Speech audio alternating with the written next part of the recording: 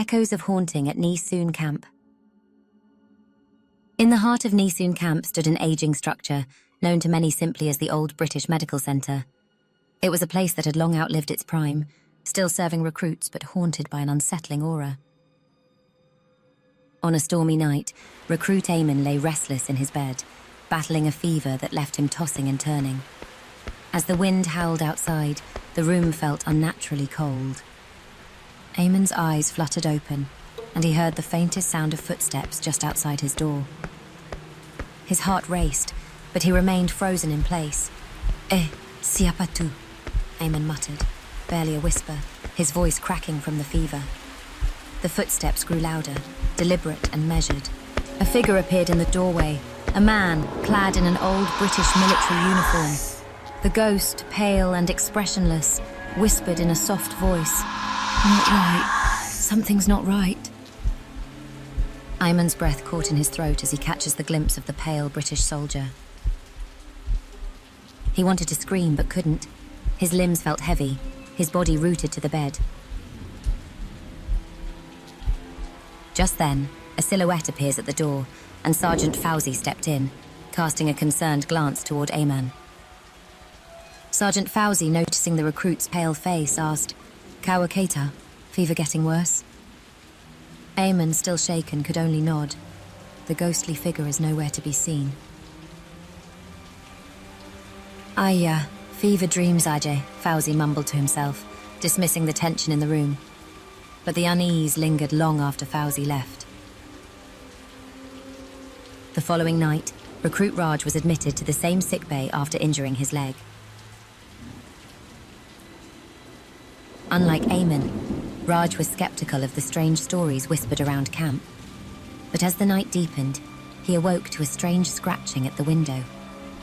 He turned his head, half expecting to see a branch swaying in the wind.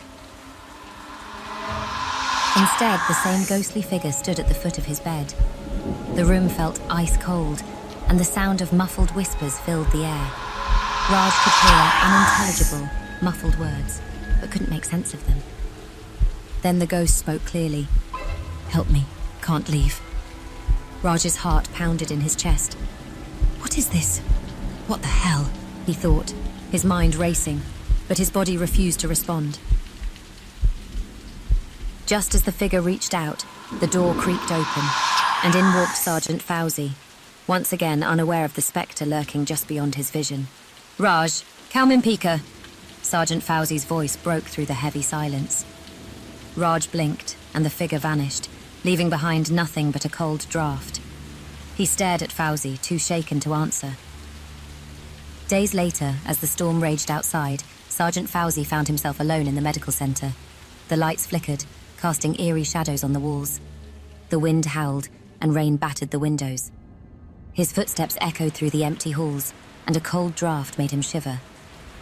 He had heard the stories. He had seen the recruits' terrified faces, but he wasn't one to believe in such things. Not until that night. As he worked late, a cold draft swept through the room, and a shadow shifted in the corner of his eye. Apeni, Saramnya, Fawzi muttered under his breath, turning around to find himself face to face with the same ghostly British soldier.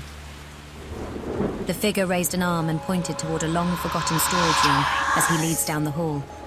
"Help me," it said again, before fading into the light. The next day, with growing unease, Fawzi opened the dusty storage room.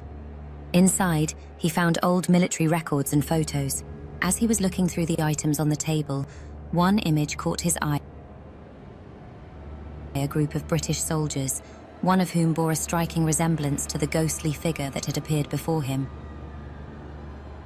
In the weeks that followed, the story spread quietly among the recruits. Some believed the ghost had finally found peace, its tragic story unearthed. But others weren't so sure.